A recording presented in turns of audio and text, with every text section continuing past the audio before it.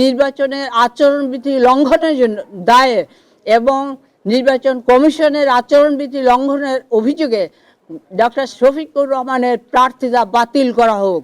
এটা আমাদের একটা দাবি।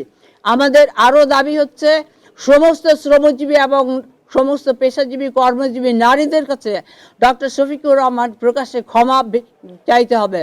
আমাদের আরেকটা দাবি হচ্ছে ডক্টর শফিকুর রহমানকে দুঃখ প্রকাশ করতে হবে। আরেকটা 4 নম্বর দাবি হচ্ছে আমাদের ডক্টর শফিকুর রহমানকে যে আচরণ জামাতের নেতৃবৃন্দ ধারাবাহিকভাবে নারী বিরোধী এবং এই যে পুরুষতান্ত্রিক বক্তব্য এবং অবমাননাকর কথা বলে চলেছেন, এগুলি অবিলম্বে এগুলো বন্ধ করতে হবে। আমাদের এই 4 দফা দাবি আমরা জানিয়েছি। প্রধান নির্বাচন কমিশনারের কাছে আমরা বলেছি, আপনার কাছে আমরা এসেছি কারণ আপনি হচ্ছেন এখানে প্রধান ব্যক্তি, নির্বাচন কমিশনের প্রধান ব্যক্তি, এবং আচরণবিধি লঙ্ঘনের করার জন্য আপনাদের ব্যবস্থা নেওয়া উচিত। তাতে এই নির্বাচনে জনগণের আস্থা বাড়বে নির্বাচন কমিশনের প্রতি, যে আচরণবিধি যদি তারা লঙ্ঘন করেন কোনো প্রার্থী, তাহলে নির্বাচন কমিশন তার বিরুদ্ধে ব্যবস্থা নিচ্ছেন। এই রকম একটা আস্থা বাড়বে জনগণের নির্বাচন কমিশনের প্রতি। সেই অনুরোধ আমরা রেখেছি যে আমরা কিন্তু যথাযথ জায়গায় এবং সর্বোচ্চ জায়গায় শীর্ষ পদে আছেন আপনি নির্বাচন কমিশনের, সেই জন্য আপনার কাছে এসেছি। আমরা কিন্তু বিচার নিয়ে এসেছি, অভিযোগ নিয়ে এসেছি এবং আমাদের দাবি নিয়ে এসেছি। সেই দাবি কার্যকর করার জন্য আমরা তার প্রতি আহ্বান জানিয়েছি, অনুরোধ জানিয়েছি।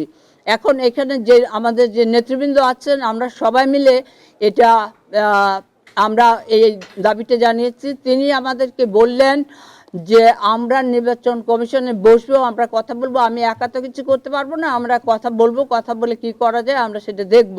আরেকটা কথা তিনি বলেছেন যে ইলেকশন ইনকোয়ারি কমিটি যেটা আছে প্রত্যেকটা এলাকায়, যেমন প্রত্যেকটা আসনে যে আছে ইলেকশন ইনকোয়ারি কমিটি যেটা আছে, যেমন বরগুনা 2 আসনে জামাতে এমপি যে কথাটা বলেছে সেখানে অভিযোগ করার জন্য, এই কথাগুলি ওনারা বলেছেন।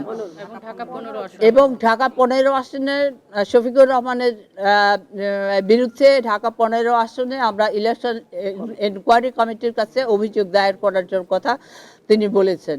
এগুলো বলেছেন। আমরা আশা করতে চাই সাংবাদিক বন্ধুগণ যে আমরা আমাদের সুস্পষ্ট গোটা নারীর, বাংলাদেশের গোটা নারী জাতিকে, পুরো বাংলাদেশে 50%-এরও বেশি হচ্ছে নারী, আপনারা জানেন, এবং আমাদের কোটি কোটি নারীরা সেখানে ছাত্রীরা পড়াশোনা করছেন কলেজে ইউনিভার্সিটিতে, এবং তারা শ্রমজীবী এবং কর্মজীবী পেশাজীবী নারী।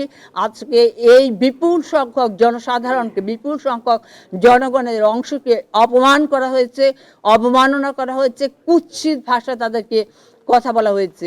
এটা অত্যন্ত আপত্তিকর এবং এটা নির্বাচনের আচরণবিধির লঙ্ঘন।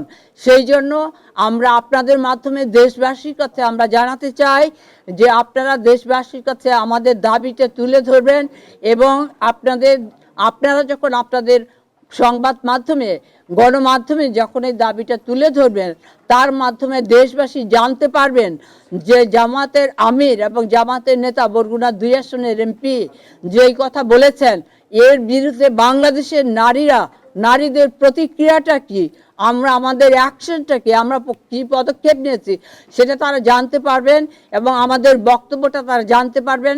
যেটা আমি মনে করি বাংলাদেশে প্রকৃত অর্থে সামনে যে নির্বাচন আছে 12 তারিখে, এই নির্বাচন সুষ্ঠু, গণতান্ত্রিক, নিরপেক্ষ এবং একটা গণতান্ত্রিক নির্বাচন অনুষ্ঠানের ক্ষেত্রে সহায়ক ভূমিকা পালন করবে বলে মনে করি। আমার শেষ বক্তব্য হচ্ছে আপনাদের প্রতি অনুরোধ রাখছি, আমরা আপনাদের গণমাধ্যম এবং সংবাদ মাধ্যমের মধ্য দিয়ে আমাদের এই যে স্মারকলিপি আমরা যে প্রদান করেছি, এই স্মারকলিপির বক্তব্যটা তুলে ধরবেন। আমরা এখানে যে বক্তব্য, যে দাবি উল্লেখ করেছি সেগুলি আপনারা উল্লেখ করবেন।